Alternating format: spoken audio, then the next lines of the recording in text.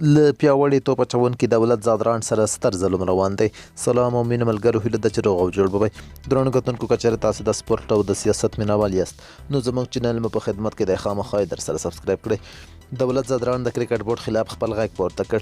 افغان کرکټ ملي لوبډلې تیز توپ اچوونکي دولت ځدراڼ د کرکټ بورډ پر مشرانو او غوراوي کمیټې تور پورې کړ چې له ما سره یې د مور او میرې چلن پیل کړی دی.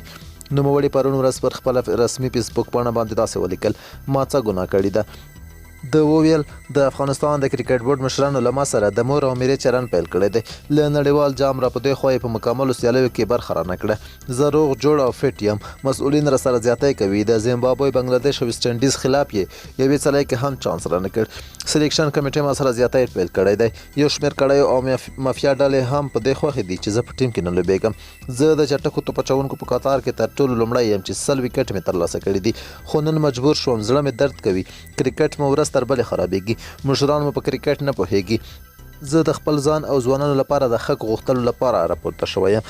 زه د کرکټ بورډ د سلیکشن د کمیټې له لوري ورځ تر بلې په تمه کېږم. زموږ د سلیکشن کمیټې مشر د بل هیواد دی.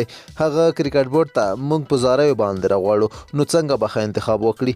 درنو مینوالو، زه مجبور یم. پخوا لکه ورونه ټول افغان لوبغاړي ورونه وو، خو نن حالت بل ډول دی. زما مجبوریت درکړی، بس دی. نور د کرکټ بورډ مشرانو ظلم نور د زغملو وړ نه دی. زه څو ورځې وروسته په دې مسله باندې له رسنیو سره په کابل کې خبرې کوم او پر خپله رسمي پاڼه باندې هم لایف راځم. تاسې له ما سره پاتې شئ. زه خپل رښتینی حق غواړم او له حق څخه دفاع کوم.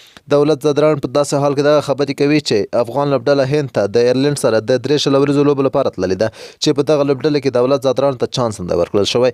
کرکټ بورډ هم لا تر اوسه پورې د دولت ځدراڼ د دغه غبرګون په اړه څه نه دي ویلي.